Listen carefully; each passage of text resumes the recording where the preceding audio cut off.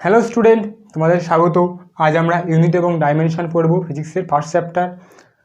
তো দেখো, এই চ্যাপ্টার থেকে জেইই এবং নিট এক্সামে প্রতি বছরই প্রায় 2 থেকে 3টে কোশ্চেন আসে এবং বিশেষ করে error analysis, dimension, drive formula,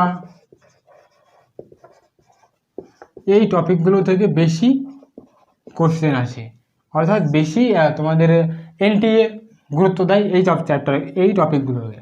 তাই বলে আমি এটা বলছি না শুধু আমি এই টপিকে পড়বো, আমরা পুরোটাই পড়বো, কিন্তু এই টপিকগুলোকে বেশি গুরুত্ব দিতে হবে, কারণ এখান থেকে বেশি কোশ্চেন আসে। এছাড়াও যে এই ইউনিট এবং ডাইমেনশন অনেকে আছো তোমরা এটাকে হালকায় নিয়ে নাও, কিন্তু এই চ্যাপ্টারটা হালকায় নেওয়ার মতো চ্যাপ্টার না। চ্যাপ্টারটা ইজি হতে পারে, কিন্তু এই চ্যাপ্টারের কনসেপ্ট তুমি অনেক জায়গাতে ইউজ করতে পারবে। যেমন তুমি ডাইমেনশনের সাহায্যে তুমি NLM, simple harmonic motion, modern physics, এই সমস্ত চ্যাপ্টারের কোশ্চেনগুলো তুমি করতে পারবে। সাপোজ তোমার এক্সামে একটা 1D মোশনের একটা কোশ্চেন এসেছে, বললো যে অ্যাভারেজ স্পিড বের করো ফর 2 ইকুয়াল ডিস্টেন্সের ক্ষেত্রে। তুমি ফর্মুলা ভুলে গেছো। কী জানি আমরা অ্যাভারেজ স্পিডের ফর্মুলা কী হবে? 2 ইকুয়াল ডিস্টেন্সের ক্ষেত্রে 2 × v1 v2 by v1 plus v2। তুমি এই ফর্মুলাটা ভুলে গেছো, তোমার মনে আছে বাট সেইভাবে একদম অ্যাকুরেট মনে নেই। তোমার কি মনে আছে যে v1 plus v2 by 2 × v1 v2, তোমার এই ফর্মুলাটা মনে আছে। এটা কি ঠিক না? তুমি তো মনে করে রেখেছো এটা, তোমার কাছে ঠিক এটা। তখন তুমি কী করবে? এটাকে তুমি একটু দিমাগ লাগালে, তুমি দিমাগ লাগিয়ে ডাইমেনশনটা বের করলে। কী হবে? LT-1 গুণ LT-1, তাহলে কেটে গেল। তাহলে কি হচ্ছে? L-1T। তাহলে এর ডাইমেনশন আর এই ডাইমেনশনকে সেম। তৎক্ষণাৎ তুমি বুঝে গেলে যে এই ফর্মুলাটা আমি ইউজ করতে পারবো না। তাহলে তো কী করবে? তখনই তুমি সঙ্গে সঙ্গে এটাকে রিভার্স করে দেবে, উল্টে দেবে, আর তখনই তোমার অ্যান্সার ঠিকঠাক চলে আসবে। তাহলে দেখো, তুমি যদি ডাইমেনশনটা চেক করো প্রত্যেকটা ফর্মুলার, যেগুলো তুমি নেক্সট 11-12 যত ফর্মুলা পড়বে, সমস্ত ফর্মুলা যদি তুমি ডাইমেনশন চেক করো, তাহলে কী হবে? তুমি সমস্ত ফর্মুলা ডাইমেনশনালি ঠিক না ভুল সেটা তুমি জানতে পারবে। আর আরেকটা জিনিস মাথায় রাখবে, যেটা আমাদের বইতে থাকে ডাইমেনশনালি কারেক্ট এই কারণে থাকে, তবুও তোমরা যদি চেক করো তাহলে তোমাদের ফর্মুলাটা কখনো ভুলবে না। তোমরা প্রত্যেকটা ফর্মুলাকে ডাইমেনশনালি চেক করলে ফর্মুলা কখনো ভুলবে না, এই কারণে এটা করা উচিত। এবং বুঝতেই পারছো যে এই ডাইমেনশনের সাহায্যে তুমি কত রকমের কোশ্চেনকে ট্যাকেল করতে পারবে। এছাড়াও বিভিন্ন ফর্মুলা যেগুলো তুমি হয়তো এক্সাম হলে গিয়ে তুমি ভুলে গেছো, সেগুলোকেও তুমি ড্রাইভ করতে পারবে।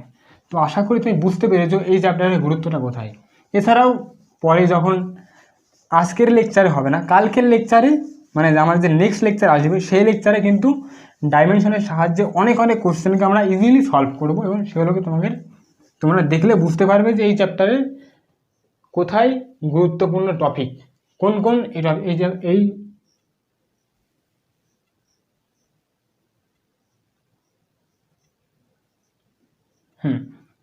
দেখো, এবার শুরু করা যাক। আমরা কি পড়ছি? ফিজিক্স পড়ছি। তো ফিজিক্স পড়তে গেলে আমাদের আগে জানতে হবে যে ফিজিক্স কি। দেখো, আমাদের চারপাশে যা দেখতে পাচ্ছ, এই যে মাইক্রোফোন, ফোন, সমস্ত কিছু, এগুলো সবই ফিজিক্সের অন্তর্গত। তো ফিজিক্স পড়তে গেলে আমাদের, দেখো সাপোজ আমরা যদি ইংলিশ পড়ি তো আমাদেরকে ABCD জানতে হবে। ঠিক তেমন ফিজিক্স পড়তে গেলে কিছু বেসিক জিনিস আমাদেরকে জানতে হবে, যেমন unit, dimension R physical quantity.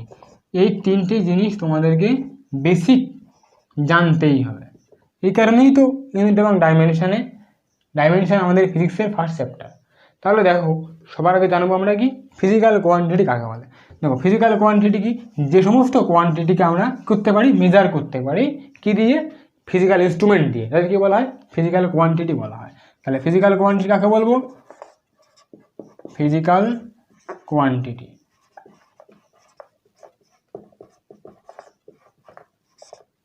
any quantity which can be measured by using physical instrument, তাদের কি বলবো আমরা? ফিজিক্যাল কোয়ান্টিটি বলবো। যেমন লেন্থ মেজার করার জন্য আমরা কি ইউজ করি? স্কেল ইউজ করি। টাইম মেজার করার জন্য আমরা কি ইউজ করি? ঘড়ি ইউজ করি, ক্লক। তাহলে দেখো এই সবগুলো কি ফিজিক্যাল ইনস্ট্রুমেন্ট। তাহলে এই ফিজিক্যাল ইনস্ট্রুমেন্ট দিয়ে আমরা কী করতে পারছি? এগুলোকে মেজার করতে পারি। তাহলে এগুলো কী হয়ে গেল আমার? Physical quantity. কী বলেছে এখানে? আমরা ফিজিক্যাল ইনস্ট্রুমেন্ট দিয়ে যাদেরকে মেজার করতে পারি তাদের কী বলবো? ফিজিক্যাল কোয়ান্টিটি বলবো। এবার দেখো ফিজিক্যাল কোয়ান্টিটি তিন রকম। কি কি হবে? Fundamental physical quantity, fundamental physical quantity, আর derived physical quantity. 3 number supplementary physical quantity. তাহলে তিনটে সম্পর্কে আমরা এবার পড়বো। দেখো প্রথমে কি আছে? ফান্ডামেন্টাল। তো ফান্ডামেন্টাল নাম থেকে বোঝা যাচ্ছে কি? নাম থেকে বোঝা যাচ্ছে ফান্ডামেন্টাল অর্থাৎ বেস, অর্থাৎ বেসিক যে কোয়ান্টিটি, অর্থাৎ এমন কিছু কোয়ান্টিটি আছে যেগুলোকে রিপ্রেজেন্ট করার জন্য অন্য কোনো ফিজিক্যাল কোয়ান্টিটির সাহায্য লাগে না, তাদের কি বলা হয়? ফান্ডামেন্টাল বলা হয়। তাহলে ফান্ডামেন্টাল কি হবে? Fundamental physical quantity, those quantity, যে সমস্ত কোয়ান্টিটিকে আমরা, those quantity which can not be represented in terms of other physical quantity, তাদের কি বলবো? ফান্ডামেন্টাল বলবো। অর্থাৎ ফান্ডামেন্টাল কি? যে সমস্ত ফিজিক্যাল কোয়ান্টিটিকে আমরা অন্য কোনো ফিজিক্যাল কোয়ান্টিটি টার্মে রিপ্রেজেন্ট করতে পারবো না তাদের কি বলবো? ফান্ডামেন্টাল বলবো। বা এমনও বলতে পারি or those physical quantity which are independent. কী হবে তারা? ইন্ডিপেন্ডেন্ট হবে, ইন্ডিপেন্ডেন্ট ফ্রম ইচ আদার, তাদেরকে কি বলবো?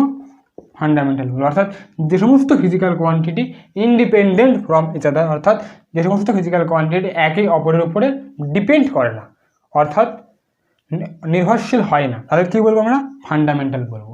তো ফান্ডামেন্টাল কটা আছে? 7টা আছে। কি কি? দেখো 7টা ফান্ডামেন্টাল ফিজিক্যাল কোয়ান্টিটি এবং তাদের unit. 1 number mass, unit KG, length, unit metre, time, unit second, temperature, unit Kelvin. এবার দেখো 4টে হলো। 5 নম্বর কি কি? হ্যাঁ, কারেন্ট কি হবে? Unit ampere, amount of substance, unit মোল।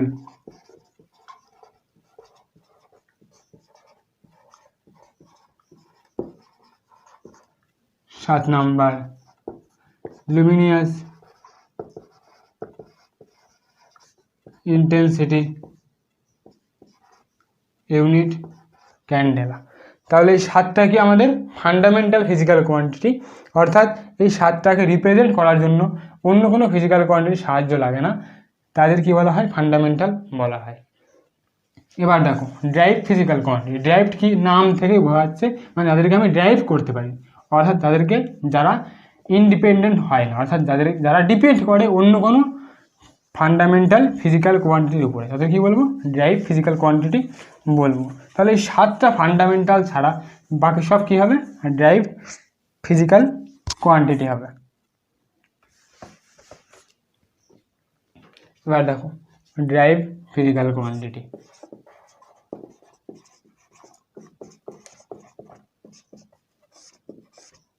তাহলে those physical quantity which are written with the help of fundamental physical quantity. তাদের কী বলবো? Drive physical. তাদের বলবো যে সমস্ত ফিজিক্যাল কোয়ান্টিটিকে আমরা ফান্ডামেন্টাল ফিজিক্যাল কোয়ান্টিটির সাপেক্ষে লিখতে পারি তাদের কী বলবো? ড্রাইভ বলবো। যেমন এরিয়া, লেন্থ ইন্টু ব্রেথ, তাহলে লেন্থ ব্রেথ একটা লেন্থ হচ্ছে, তাহলে এম, তাহলে মিটার স্কোয়ার। এবার যদি বলা হয় ভলিউম, তাহলে length into breadth into height, তিনটেই লেন্থ হচ্ছে, তাহলে metre into metre into metre, তাহলে কী হবে? Metre cube. যদি বলা হয় ডেন্সিটি, তাহলে কী হবে? বলো মাস বাই ভলিউম, মাস কি হবে? Kg per metre cube. তাহলে এগুলো কি দেখো, এখানেও আমার লেন্থ গুণ হয়ে আমার হচ্ছে এরিয়া হচ্ছে, এখানে দেখো লেন্থ তিনটে লেন্থ গুণ হয়ে ভলিউম হচ্ছে, এখানে দেখো মাস আর ভলিউম মানে মাস এবং লেন্থকে ভাগ করে আমি পাচ্ছি ডেন্সিটি। তাহলে এগুলো সবাই কি? ড্রাইভ ফিজিক্যাল কোয়ান্টিটি, অর্থাৎ এগুলোকে আমি ফান্ডামেন্টাল ফিজিক্যাল কোয়ান্টিটি টার্মে লিখতে পারি। এবার দেখো ড্রাইভের পরে কি আসবে? সাপ্লিমেন্টারি। দেখো সাপ্লিমেন্টারি এমন এক ধরনের ফিজিক্যাল কোয়ান্টিটি যাদেরকে আমি না পারি ড্রাইভের ঘরে রাখতে, না পারি ফান্ডামেন্টালের ঘরে রাখতে, তাই এদেরকে আলাদা একটা ঘর দেওয়া হয়েছে, নাম কি? সাপ্লিমেন্টারি। এবার দেখো সাপ্লিমেন্টারি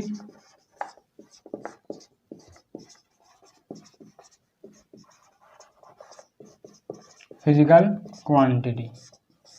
তাহলে সাপ্লিমেন্টারি কাদের বলবো আমি? সাপ্লিমেন্টারি দুটো আছে, একটা কি প্লেন অ্যাঙ্গেল আর একটা সলিড অ্যাঙ্গেল। এবার দেখো আমরা প্লেন অ্যাঙ্গেল পড়ব। প্লেন অ্যাঙ্গেলকে আমরা 2D অ্যাঙ্গেলও বলে থাকি, এবার দেখো সার্কেল নিলাম, পয়েন্ট আর রেডিয়াস, এই পয়েন্ট দিলাম, এই পয়েন্ট, এ থেকে আমি রেডিয়াস বরাবর বিতে এলাম, তাহলে আমার এখানে কি একটা অ্যাঙ্গেল তৈরি হলো থিটা, তাই কি বলবো? Plane angle. আর আমি যে পাথ বরাবর এ থেকে বিতে গেলাম তাই কি বলবো? আর্ক বলবো। কি বলবো? আর্ক বলবো, আর্ক লেন্থ। আমি যে পাথ বরাবর এ থেকে বিতে গেলাম তাকে কি বলবো? আর্ক লেন্থ বলবো, অর্থাৎ এইটা আমার কি হবে? আর্ক লেন্থ হবে। আর্ক লেন্থের ফর্মুলা কি? আর ইন্টু থিটা। দেখো প্লেন অ্যাঙ্গেলের সিম্বল কি হবে? থিটা, সবাই জানো। এবার দেখো আর্ক লেন্থ মানে আর থিটা, আমরা এতদিন এটা মুখস্থ করেছি যে আর্ক লেন্থ মানে আর থিটা। কেন আর থিটা? দেখো তোমাদেরকে ভালো করে এবার বোঝাচ্ছি। সার্কেল নিলাম, রেডিয়াস থিটা। এবার ধরো আমি কি করলাম? এ থেকে বিতে এসেছিলাম, আমার এটা গেল আর্ক। আমি কি করলাম? সিতে এলাম, তাহলে আমার কী হবে? অ্যাঙ্গেল বেড়ে যাচ্ছে, হ্যাঁ কিনা? থিটা আলফা ধরে নাও, এটা অ্যাঙ্গেল বেড়ে গেল। তাহলে অ্যাঙ্গেল বাড়লে কী হবে? দেখো আর্ক লেন্থ আমার বেড়ে গেল। প্রথমে আর্ক লেন্থ এটুকু ছিল, পরে আর্ক লেন্থ এটুকু হয়ে গেল। আমি আবার ধরো এখানে চলে আসলাম, ডিতে এলাম, তাহলে আমার অ্যাঙ্গেল কী হবে? দেখো এখান থেকে আমার অ্যাঙ্গেল এই বিটা, তাহলে আমার অ্যাঙ্গেল দেখো আরও বেড়ে গেল। তাহলে আমি কী বলতে পারি? যে আর্ক লেন্থ অ্যাঙ্গেলের সঙ্গে সমানুপাতিক হবে, অর্থাৎ আর্ক লেন্থ অ্যাঙ্গেল বাড়লে আর্ক লেন্থ বেড়ে যাবে। কী হচ্ছে দেখো, অ্যাঙ্গেল আমার থিটা ছিল প্রথমে, তখন আর্ক লেন্থ ছিল এইটুকু। অ্যাঙ্গেল আমার আলফা হলে আর্ক লেন্থ এইটুকু হয়ে গেল। অ্যাঙ্গেল আমার বিটা হলে আর্ক লেন্থ আমার এইটুকু হয়ে গেল, অর্থাৎ আর্ক লেন্থ বেড়ে গেল। তাহলে আমি কী বলবো? যে আর্ক লেন্থ থিটার সঙ্গে সমানুপাতিক হবে। এবার দেখো রেডিয়াস আর থিটা এ টু বি, আমি কী করলাম? রেডিয়াস বাড়িয়ে দিলাম, রেডিয়াস যদি বাড়ে তাহলে কি হবে, আর্ক লেন্থ বাড়বে কি বাড়বে না? দেখো রেডিয়াস যদি বাড়ে তাহলে আর্ক লেন্থ বাড়বে, হ্যাঁ কি না? তাহলে আমি কি বলবো এখানে, আর্ক লেন্থ রেডিয়াসের সঙ্গে সমানুপাতিক হবে। দেখো থিটা যদি বাড়াই আর্ক বাড়ে, রেডিয়াস বাড়ালে আর্ক বাড়ে। আমার রেডিয়াস প্রথমে এইটুকু ছিল, তার জন্য আর্ক ছিল এইটুকু, রেডিয়াস আমার পরে এটুকু হয়ে গেল, তার জন্য আর্ক হলো এইটুকু, তাহলে আর্ক বাড়লো তো। তাহলে আর্ক বাড়ছে কার সামনে, কার সঙ্গে, রেডিয়াস বাড়ার সঙ্গে। তাহলে আমাদের দুটোই যদি কী হয়, সমানুপাতিক হয়, তাহলে এখানে সমানুপাতিকই হবে। এখানে মানে কোনোটাই নিচে বসবে না, এই কারণে আর ইন্টু থিটা করা হয়। আশা করি বুঝতে পেরেছ। এবার দেখো তো সিম্বল থিটা, তাহলে আর্ক লেন্থ কী হবে, থিটা সমান সমান arc length by radius, unit কী হবে, রেডিয়ান, আর dimension m0 l0 t0, dimensionless হবে। কী হবে, ডাইমেনশনলেস। তাহলে দেখো ডাইমেনশনলেস কেন হবে, দেখো আর্ক কী হবে মিটার, আর রেডিয়াস হবে মিটার, তাহলে মিটার মিটার কেটে যাবে, তাহলে কী হবে, ডাইমেনশনলেস হচ্ছে 1 হচ্ছে। তাহলে ডাইমেনশনলেস কী লিখতে পারি আমরা, ডাইমেনশনলেসকে আমরা 1 লিখতে পারি। কেন লিখতে পারি, কারণ m এর পাওয়ারে 0 মানে 1 হয়, l এর পাওয়ারে 0 মানে 1 হয়, t এর পাওয়ারে 0 মানে 1 হয়। তাহলে 1 1 1 তিনটেকে যদি মাল্টিপ্লাই করে দিলে 1ই হবে। এবার দেখো প্লেন অ্যাঙ্গেল, আশা করি বুঝতে পেরেছো তোমরা ভালোভাবে। এবার নেক্সট সলিড অ্যাঙ্গেল। সলিড অ্যাঙ্গেলকে জেনারেলি আমরা 3D অ্যাঙ্গেল বলে থাকি। তোমরা যারা, দাঁড়াও আমি ভালো করে দেখাচ্ছি সলিড অ্যাঙ্গেলটা। সলিড অ্যাঙ্গেল,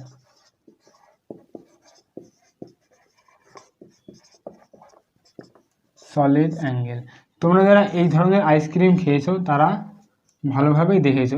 এই যে অ্যাঙ্গেলটা বেরোচ্ছে এখান থেকে, এটাকে কি বলা হয়, সলিড অ্যাঙ্গেল বলা হয়, 3D অ্যাঙ্গেল। এটাকেই আমরা বলি সলিড অ্যাঙ্গেল। আর এটা কি, এরিয়া, আর এটা কি,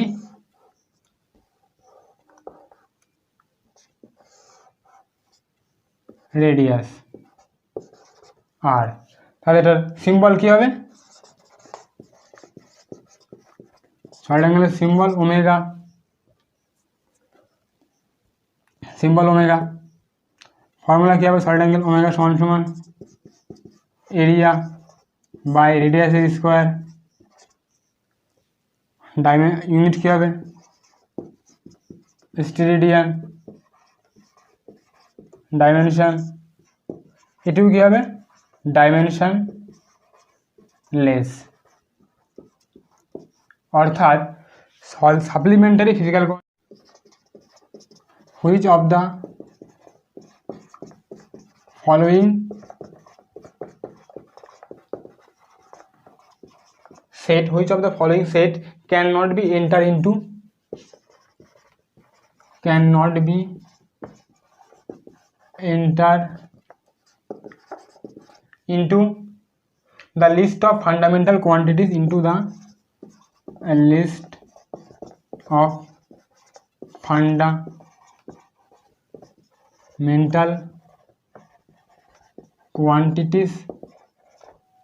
fundamental quantities in any system of unit, in any system of units। Option দেওয়া আছে লেন্থ, মাস, ভেলোসিটি,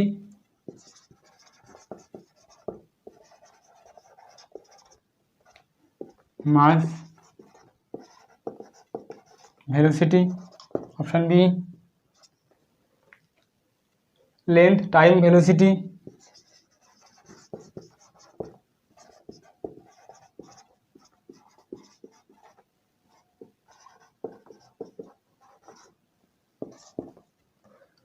তারপরে মাস, টাইম, ভেলোসিটি।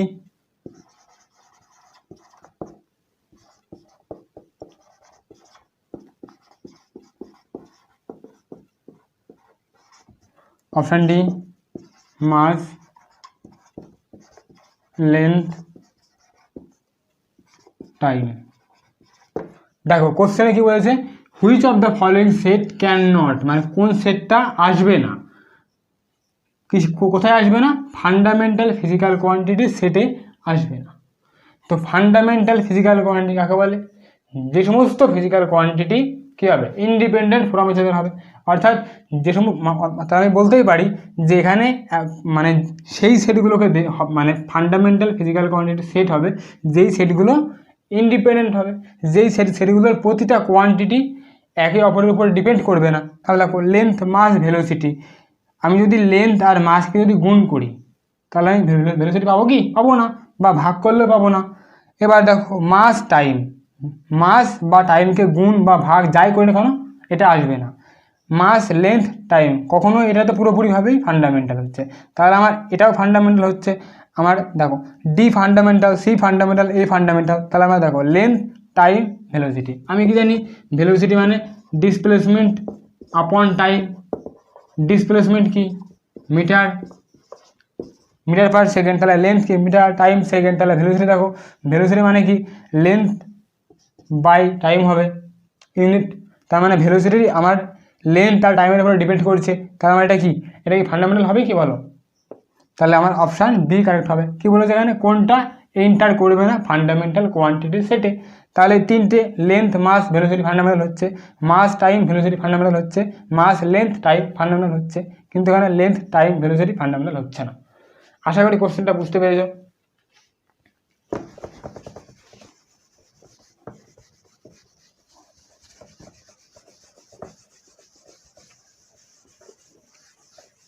এবার দেখো নেক্সট কোশ্চেন কি বলেছে, a physical quantity is measured, a physical quantity is measured, a physical quantity is measured, a physical quantity is measured and the result is expressed, and the result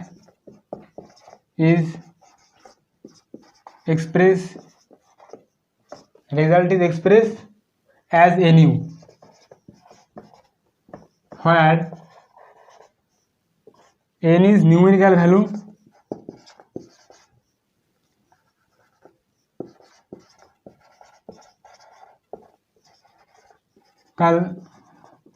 value and u is unit, u কি দিয়েছে, unit দিয়েছে। তাহলে if the result is expressed, if the result is expressed in various units, then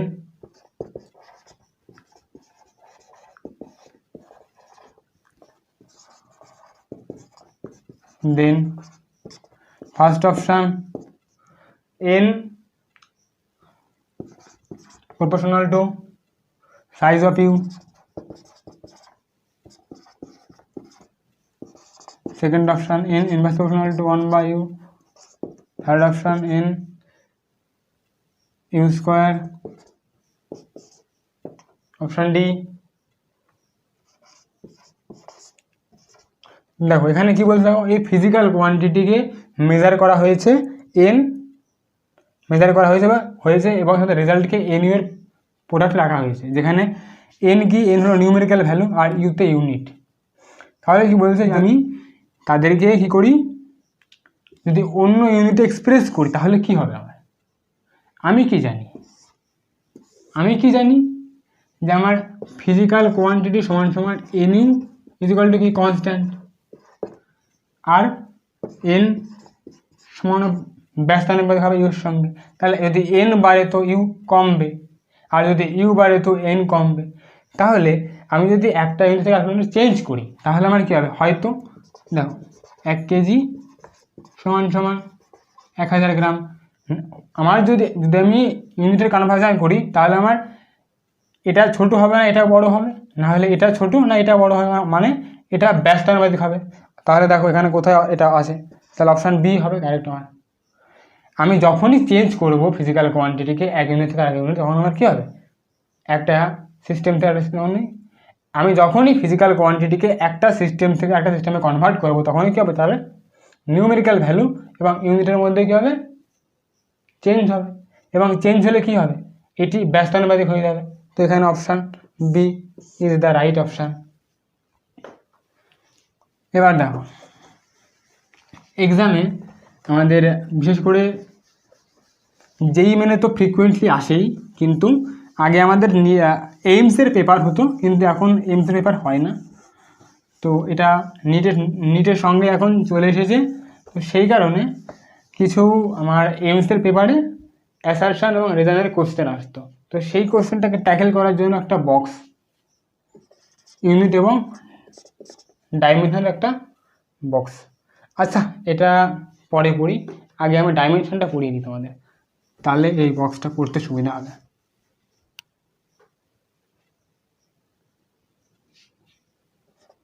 দেখো, dimension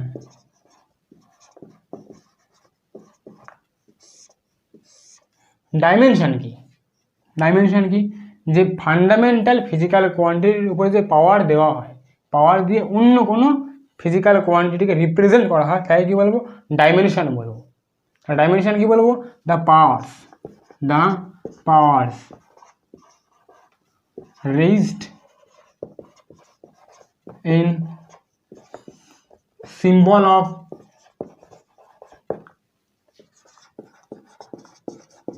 fundamental physical quantity to represent a physical quantity। তাহলে কি বলছে, যে fundamental physical কোয়ান্টিটির সিম্বলের উপরে যে পাওয়ার দিয়ে অন্য কোনো ফিজিক্যাল কোয়ান্টিটিকে রিপ্রেজেন্ট করা হয়, তাকে কী বলা হয়, ডাইমেনশন বলা হয়। আমি যদি বলি এরিয়া কী হবে, লেন্থ ইন্টু ব্রেথ, তাহলে এল ইন্টু এল, তাহলে এল স্কোয়ার।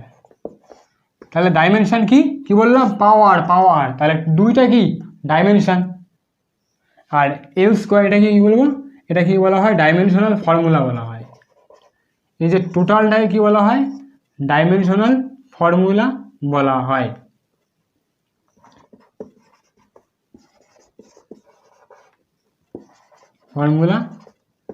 আর টু হলো ডাইমেনশন, তাহলে আমি যদি বলি dimension of area in mass কত আছে, কিছু মাসে 0, in length কত আছে 2, and in time 0। দেখো, ডাইমেনশনকে জেনারেলি MLT এই টার্মে রিপ্রেজেন্ট করা হয়। তাহলে এখানে কি আছে, এম আছে কি না, M0, তাহলে আমি এখানে কীভাবে লিখতে পারি, M0 L2 T0, এটা কীভাবে লেখা যেতে পারে, M0 L2 T0, এটি হলো ডাইমেনশন এরিয়া। তাহলে বুঝতে পারলে ডাইমেনশন কি। এবার দেখো, আমরা ডাইমেনশন বের করব। এবার ফার্স্ট এরিয়া বের করেছি। এবার দেখো ভলিউম, কীভাবে, length into breadth into height, তাহলে কী হবে L into L into L, তাহলে L3, তাহলে আমি কীভাবে লিখতে পারি, M0 L3 T0। তাহলে যদি বলা হয় ডাইমেনশন কী হবে, dimension of volume in mass 0, in length 3, and in time 0। এবার দেখো ভলিউম, তারপরে দেখছি ডেনসিটি কী হবে বলো, তোমরা বলতে হবে কিন্তু ডেনসিটি মানে মাস বাই ভলিউম, সবাই বলছো মাস বাই ভলিউম। তাহলে মাস কি হবে M, আর ভলিউম L3, তাহলে M L-3। তাহলে ডাইমেনশন কী হবে, dimension of density in mass is 1, in L is -3 and T is 0। Density গেল। তারপরে তোমার কি আসছে, বলো, ডেনসিটির পরে কী হবে, ফোর্স কী হবে, সবাই জানি ফোর্স মানে মাস ইন্টু অ্যাক্সেলারেশন। তাহলে মাস কী হবে, M হবে, অ্যাক্সেলারেশন কী হবে, অ্যাক্সেলারেশন LT-2 হবে, LT-2, তাহলে কী হচ্ছে MLT-2। তাহলে যদি বলা হয় ডাইমেনশন অফ ফোর্স কী হবে, dimension of force is dimension of force in mass is 1, L in length is 1, and in time or t is -2. আশা করি বুঝতে পেরেছো। এবার দেখো ফোর্স গেল, এনার্জি, এবার দেখো এনার্জি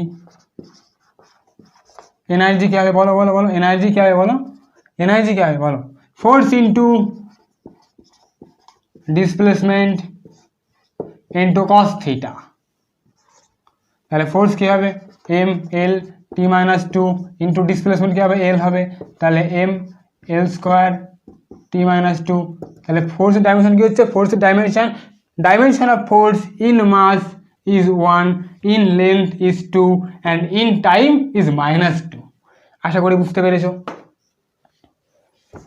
ড্রপার যারা এই ভিডিওটা দেখবে তাদের কাছে আমার একটা কোশ্চেন আমি করছি, যে পুরো তোমাদের 11-12 সিলেবাস পড়া হয়ে গেছে, তোমাদেরকে বলতে হবে যে চেষ্টা করো বলার যে কোন ডাইমেনশন সব থেকে বেশি তোমরা 11-12 সিলেবাসে পড়েছো।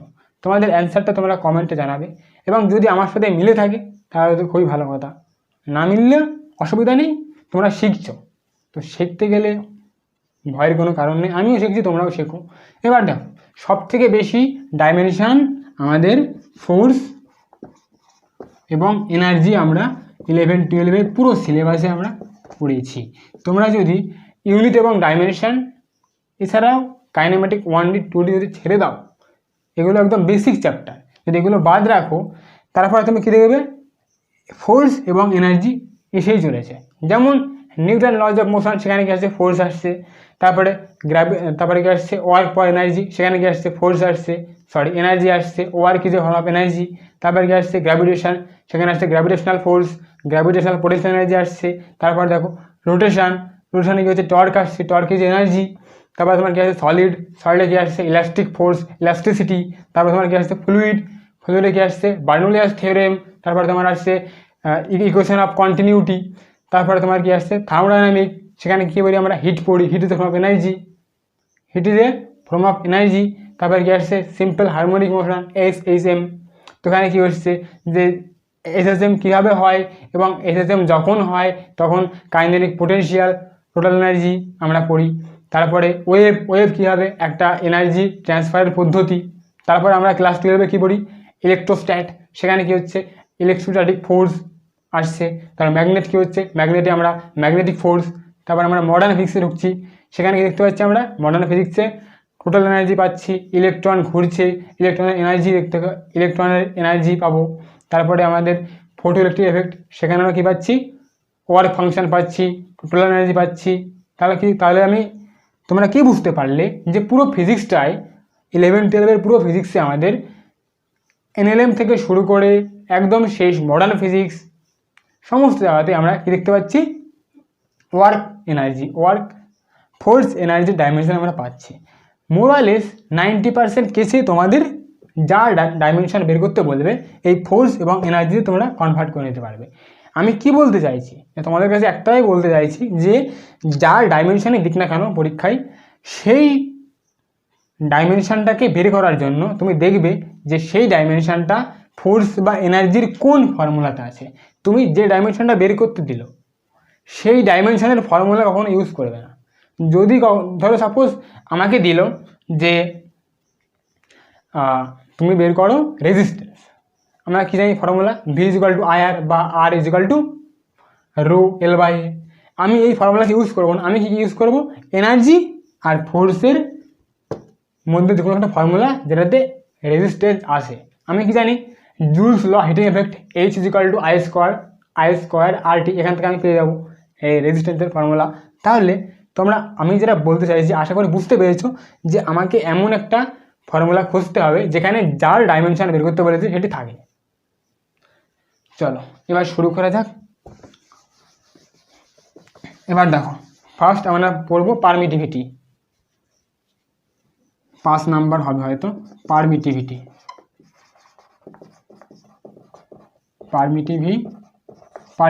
আমি কি জানি ফোর্স সমান সমান একদম ইলেকট্রোস্ট্যাটের first formula Coulomb's law 1/4 pi epsilon nought into Q1 Q2 by R square. তাহলে এখান থেকে ফোর্স কি, এখান থেকে আমি এপসাইলন নট মানে পারমিটিভিটি, তাহলে পারমিটিভিটি কী হবে আমার, পারমিটিভিটি সমান সমান এগুলো হ্যাঁ Q1 Q2 by force into R square, dimensionless হয়ে যাবে। তাহলে আমি কি জানি চার্জ মানে কারেন্ট ইন্টু টাইম, তাহলে I square time T square. এবার দেখো force M L T-2 into L square, তাহলে দেখো M-1 L-3 উপরে চলে যাবে 4 হয়ে যাবে T4I2, তাহলে এটা হয়ে গেল ডাইমেনশন পারমিটিভিটি। এবার দেখো পারমিটিভিটির পরে কি আসছে, next surface tension. Surface tension formula কি জানি, S = F/L, তাহলে S সমান সমান ML-T-2/L, তাহলে কি হবে MT-2। 6 নম্বর হলো সারফেস টেনশন, 5 নম্বর পারমিটিভিটি। এবার দেখো 7 নম্বর স্প্রিং কনস্ট্যান্ট। তাহলে স্প্রিং কনস্ট্যান্ট ফর্মুলা কি জানি, স্প্রিং কনস্ট্যান্ট বলো F = Kx, কে কী হবে স্প্রিং কনস্ট্যান্ট, তাহলে ML-T-2/L, তাহলে MT-2। তাহলে এখানে একটা চমৎকার হয়ে গেছে একটা, যে সারফেস টেনশন এবং স্প্রিং কনস্ট্যান্টের ডাইমেনশন সেম। তাহলে একটা তোমরা স্টেটমেন্ট লিখবে যে different physical quantity may have same dimension. দেখো MT-2 MT-2 হয়েছে এটা, তাহলে কি লিখবে তোমরা, যে different physical quantity can have same dimension. এবার দেখো বোল্টজম্যান কনস্ট্যান্ট।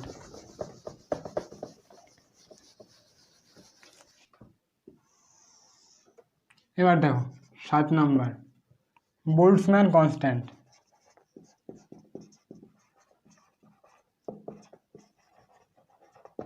ফর্মুলা কি জানি, E = KT,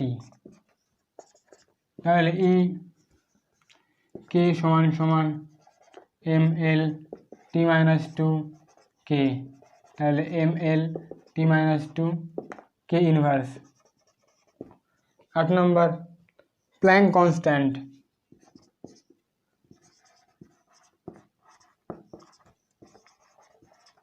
planks constant E = HF, H সমান সমান ML-T-2 T ইনভার্স, তাহলে দেখো ML-T-1, এটা বের তোমার Planck constant.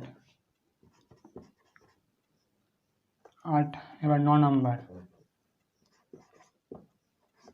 Gas constant. Formula কি জানি আমরা গ্যাস কনস্ট্যান্টের, PV = nRT। গ্যাস কনস্ট্যান্ট কী হবে, R হবে, তাহলে PV = NT। পিতে কী হবে প্রেশার, প্রেশার কী হবে ফোর্স আপন এরিয়া, পিতে প্রেশার ফোর্স আপন এরিয়া, তাহলে ML-T-2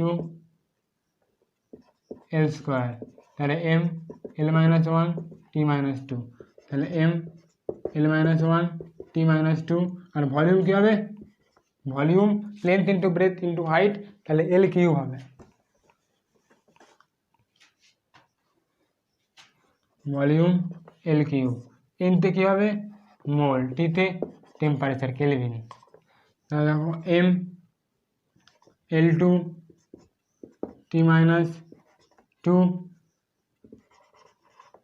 mole inverse K inverse. এই বেরিয়ে গেল তোমার গ্যাস কনস্ট্যান্ট। এবার দেখো এখানে ধরে যাবে 10 নম্বর অ্যাঙ্গুলার মোমেন্টাম, কৌণিক ভরবেগ। অ্যাঙ্গুলার মোমেন্টাম কী হবে, মোমেন্টাম ইন্টু ডিস্টেন্স। মোমেন্টাম কী হবে, মাস ইন্টু ভেলোসিটি, তাহলে ML-T-1 ইন্টু এল, তাহলে M L square T minus two, এটা হয়ে গেল তোমার অ্যাঙ্গুলার মোমেন্টাম। এবার নেক্সট আমরা কি করব,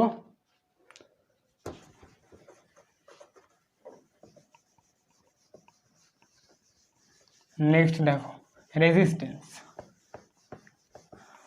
আমি কি বললাম তোমাদেরকে যে ফোর্স আর এনার্জির ফর্মুলাতে দেখব কোথায় রেজিস্ট্যান্স আছে। রেজিস্ট্যান্স আমি কি জানি, আর সমান সমান রো এল বাই এ আর ভি সমান সমান আই আর। কোনটা ইউজ করবো না, আমি কি ইউজ করবো, এইচ সমান সমান I square R T. H কী হবে, জুল, এখানে জুলস ল হিটিং এফেক্টের ফর্মুলা, তাহলে আর সমান সমান এম এল স্কোয়ার, এইচ হবে এনার্জি, আই স্কোয়ার টিতে টাইম, তাহলে M L square T minus three I minus two, এই দেখো তোমার resistance. 10, 11, 12 resistance. Inductance, inductance form আমরা কী জানি, ইন্ডাকটেন্স ইউ সমান সমান half of L I square, বা ইউ সমান সমান half of L I square, বা ই সমান হতে পারে, এখানে ইউ লেখা যাবে, ইউ ই সমান সমান half of L I square.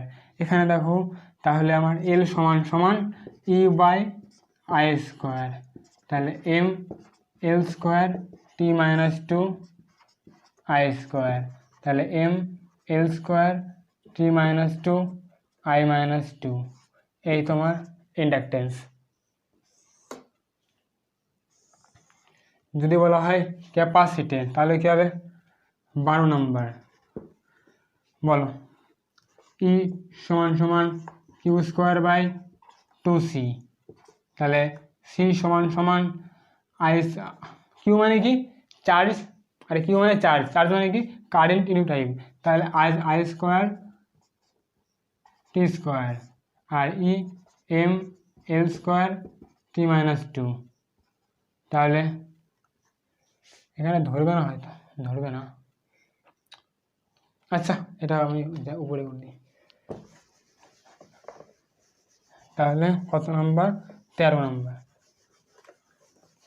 13 নম্বর কি বলবো, ক্যাপাসিটেন্স।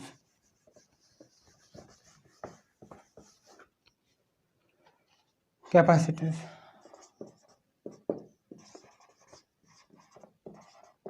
ক্যাপাসিটেন্স ই সমান সমান Q square by two C, C সমান সমান E by Q square by E, তাহলে I square T square M L square T minus two, M inverse M minus one L minus two I two T four, এই গেল তোমার capacitance. এবার দেখো যেগুলো লিখবো এগুলো পুরোপুরি মুখস্থ করতে হবে তোমাদেরকে। আমি কি জানি, টাইমের ডাইমেনশন টি, এল বাই এর ডাইমেনশন টি,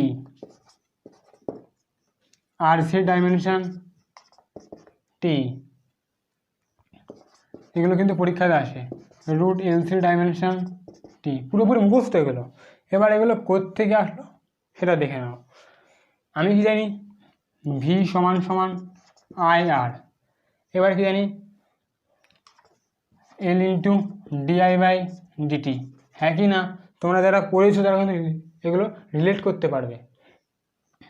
এবার কিউ বাই সি, এই ফর্মুলাটা থেকে চলে আসবে, ফর্মুলাটা পুরোপুরি মুখস্থ রাখবে যে কী ফর্মুলা, ভি সমান সমান I R equal to L into dI by dt equal to Q by C.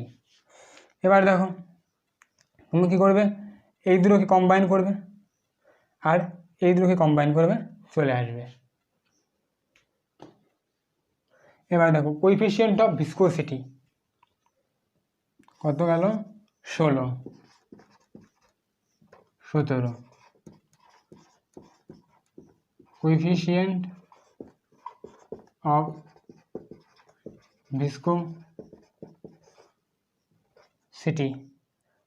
Formula কী হবে, এফ সমান সমান 6 পাই ইটা আর ভি, তাহলে ইটা সমান সমান এম এল টি মাইনাস টু, আরতে কী হবে বলো লেন্থ, ভিতে কী হবে ভেলোসিটি, ভেলোসিটি কী হবে এল টি মাইনাস ওয়ান, তাহলে একটা লেখা কেটে যাবে, তাহলে M L minus one T minus one, তাহলে এটা গেল তোমার কোএফিসিয়েন্ট অফ ভিসকোসিটি, 17 নম্বর হয়ে গেল, 17টা কমপ্লিট। এবার দেখো আমরা ডাইমেনশন পড়লাম, আমরা ফিজিক্যাল কোয়ান্টিটি পড়লাম, কাকে কি বলি সেগুলো জানলাম। এবার দেখো একটা তোমাদের কী বলেছিলাম, একটা বক্স তোমাদেরকে করাবো, একটা বক্স করাবো তোমাদের, তো সেই বক্সটা এখন আমরা করাবো। দেখো সাপোজ একটা ফিজিক্যাল কোয়ান্টিটি, তার ইউনিট ডাইমেনশান আছে, এবং সাপোজ তোমাকে একটা পরীক্ষাতে কোশ্চেন দিল, একটা ফিজিক্যাল কোয়ান্টিটি দিল, বলছে এর ইউনিট আছে, তোমাকে বলতে হবে ডাইমেনশান থাকবে কি থাকবে না। আমরা জানি যে অনেক ফিজিক্যাল কোয়ান্টিটি কি হয় ডাইমেনশানলেস হয়, কিন্তু তাদের ইউনিট থাকে। তাহলে তুমি কী করে বুঝবে এক্সাম হলে গিয়ে, তোমার কাছে টাইম খুবই কম, সেটার জন্য এই বক্সটা খুবই গুরুত্বপূর্ণ।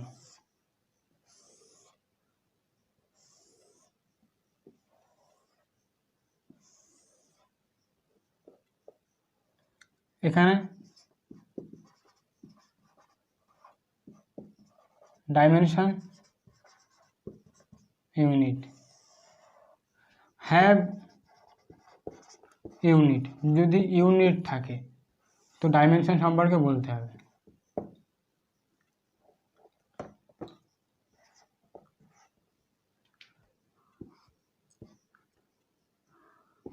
নট হ্যাভ ইউনিট, যদি ইউনিট না থাকে তো ডাইমেনশন সম্পর্কে বলতে হবে। যদি ডাইমেনশন থাকে,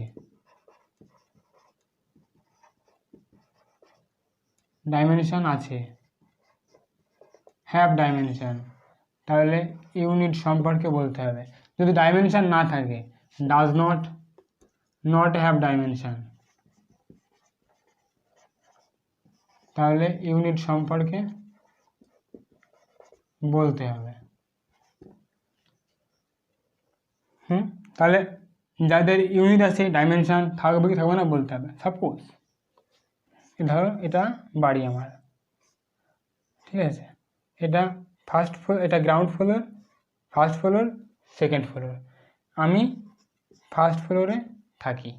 তাহলে আমি ফার্স্ট ফ্লোরে আসি, এবং যদি আমাকে কেউ জিজ্ঞাসা করে যে তোদের বাড়িতে সেকেন্ড ফ্লোর আছে কি না বল, দেখো আমার বাড়িতে ফার্স্ট ফ্লোর আছে, তো সেকেন্ড ফ্লোর থাকতেও পারে নাও পারে, হ্যাঁ কি না। আমার বাড়িতে ফার্স্ট ফ্লোর আছে, আমি যেটা মুছিয়ে দিই তো তাহলে তো সেকেন্ড ফ্লোর থাকছে না। তাহলে অ্যাকচুয়ালি যে আমার বাড়ি দেখেইনি, তাহলে সে কি বলবে, যেহেতু ফার্স্ট ফ্লোর আছে বাড়িতে, তার মানে সেকেন্ড ফ্লোর থাকতে পারে নাও পারে, হ্যাঁ কি না। আমি জানি যে আমার বাড়িতে সেকেন্ড ফ্লোর নেই, কিন্তু যে দেখেনি সে কী করে বলবে, তাহলে সে কী বলবে যে থাকতেও পারে নাও পারে। তাহলে আমি ইউনিটকে ধরছি ফার্স্ট ফ্লোর, ডাইমেনশনকে ধরছি সেকেন্ড ফ্লোর, তাহলে আমার বাড়িতে ফার্স্ট ফ্লোর আছে, তো যে দেখেনি আমার বাড়িটাকে সে কি বলবে, ওর বাড়িতে সেকেন্ড ফ্লোর থাকতেও পারে নাও পারে। তাহলে কী হবে, may or may not have dimension, অর্থাৎ তাদের অর্থাৎ ডাইমেনশন থাকতেও পারে নাও পারে। তাহলে কী হবে, may or may not have কি ডাইমেনশন, নট হ্যাভ ইউনিট। আমার বাড়িতে আমি কি বলছি, আমার বাড়িতে ভাই ফার্স্ট ফ্লোর নেই, তাহলে যে আমি যাকে বলছি সে কি বলবে, যদি ফার্স্ট ফ্লোর ভাই তোর বাড়িতে নাই থাকে তাহলে সেকেন্ড ফ্লোর তো হওয়াই হবে না। তাহলে আমি আমার বন্ধুকে বলছি ভাই আমার বাড়িতে ফার্স্ট ফ্লোর নেই, তাহলে ও কি বলবে, সেকেন্ড ফ্লোর, তার মানে তোদের বাড়িতে থাকবেই না, হ্যাঁ কি না, সেকেন্ড ফ্লোর তো হওয়াই হতে পারে না। তাহলে দেখো ফার্স্ট ফ্লোর নেই, তাহলে সেকেন্ড ফ্লোর কী হবে, থাকবেই না। তাহলে নট হ্যাভ ইউনিট, তাহলে কী হবে, must not have dimension, dimension থাকবেই না। দেখো ডাইমেনশন আছে, অর্থাৎ আমি বলছি আমার আমার বন্ধুকে যে আমার বাড়িতে সেকেন্ড ফ্লোর আছে, তাহলে বন্ধু কি বলবে, নিশ্চয়ই, তার মানে তোদের বাড়িতে ফার্স্ট ফ্লোর আছেই, হ্যাঁ কি না? কারণ সেকেন্ড ফ্লোর তো হওয়াই হতে পারে না। তাহলে কী হবে, মাস্ট হ্যাভ ইউনিট। দেখো নট হ্যাভ ডাইমেনশন, অর্থাৎ সেকেন্ড ফ্লোর নেই, আমার বাড়িতে সেকেন্ড ফ্লোর নেই। আমি আমার বন্ধুকে বলছি বন্ধু আমার বাড়িতে সেকেন্ড ফ্লোর নেই, তো বন্ধু কি বলতে পারে, অর্থাৎ তোর বাড়িতে ফার্স্ট ফ্লোর থাকতেও পারে নাও পারে। তাহলে কী হবে, may or may not have unit, may or may not have unit. আশা করি বুঝতে পেরেছো। এবার এই কনসেপ্টের উপরে এসসি ভার্মা স্যারের বইয়ের কিছু কোশ্চেন আমরা করব।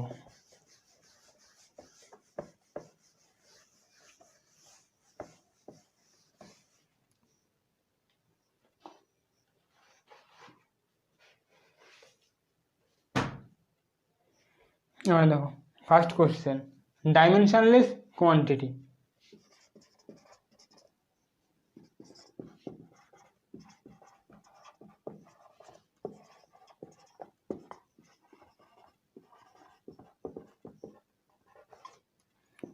অপশান 1,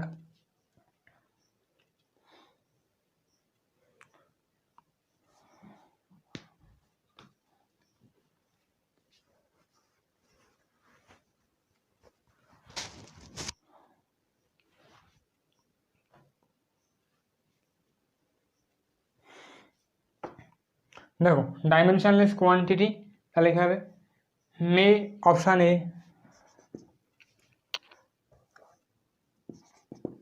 অপশানে কি বলছে, never has unit,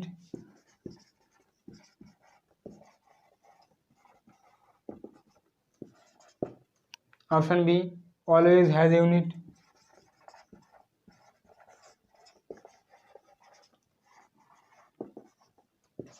option C, may have unit,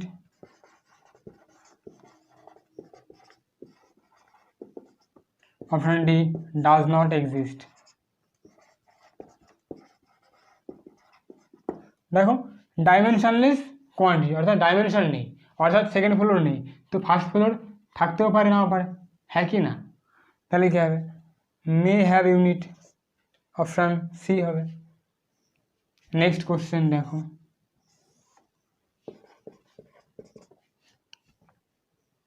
ইউনিটলেস quantity.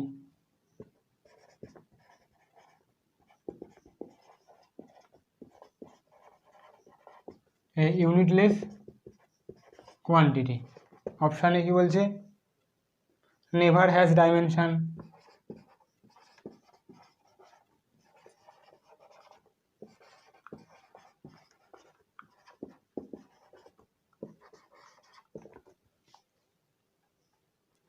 always has dimension,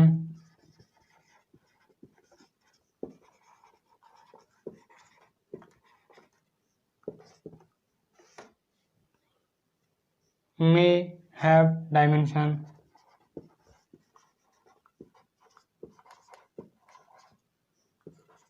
does not exist।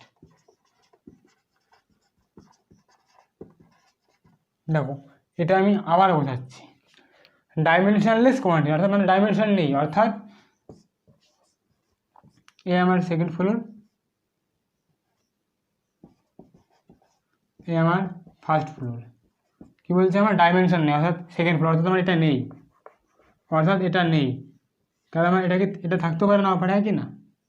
হ্যাঁ কি না? আমি ধরো আমি রেলে বসবাস করি, তাহলে আমার কী হবে, আমি কোনো বাড়ি আমি যদি কোনো বাড়িতেই না থাকি, তাহলে আমার ফার্স্ট ফ্লোর থাকতে পারে নাও পারে, তাহলে আমার কী হবে, মে হ্যাভ ইউনিট। আমি শিওর বলতে পারছি না আমার আছে কি না, আশা করি বুঝতে পেরেছ। এবার দেখো এ ইউনিটলেস মানে ইউনিটই নেই, অর্থাৎ কী বলছে এখানে, ফার্স্ট সেকেন্ড, অর্থাৎ এটাই নেই, এটা যদি না থাকে তাহলে এটাতে তো হাওয়াই হবে না, তাহলে কী হবে, never has dimension, option A. আশা করি বুঝতে পেরেছ। তো দেখো